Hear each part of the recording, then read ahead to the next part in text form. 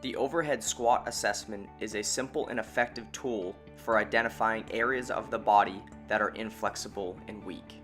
Perform the assessment by filming yourself attempt 3 slow and controlled overhead squats from the front view and 3 overhead squats from the side view. Review the video and focus on the feet, the knees, the hips, and the shoulders during the overhead squat. There are many common faults of the overhead squat. We will address faults from each area of the body, along with suggestions on how to fix them. Notice the athlete's feet turning out as they descend into the bottom position. This often represents tightness in the calves and the outer portions of the hamstring and hip. The inner hamstrings and glutes may also be weak. This fall can be improved by rolling and stretching the calves and hamstrings while incorporating single leg balance exercises. Notice the athlete's knees moving inward as they descend into the bottom position. This often represents tightness in the groin and outer portions of the calves, hamstrings, hip, and thigh. The glutes and inner portions of the posterior chain can become weak. This fault can be fixed by rolling and stretching the groin while incorporating bridge up exercises. Best seen from the side view, notice the excessive forward lean of this athlete performing an overhead squat.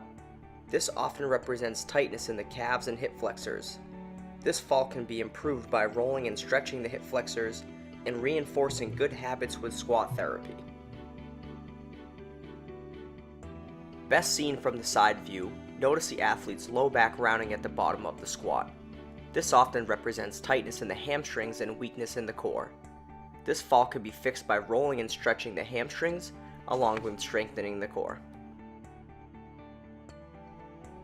Shifting the focus to the upper body, notice the athlete's arms falling forward as they descend. This often represents tightness in the lats, chest, and mid to upper back. This can be improved by rolling and stretching the back, chest, and thoracic spine. One fault that is easy to spot is the forward posture of the head. This often represents tightness in the upper back and neck. If you are unable to achieve a neutral head position, focus on releasing tight muscles of the neck using the double ball. Pay attention to the athlete's shoulders.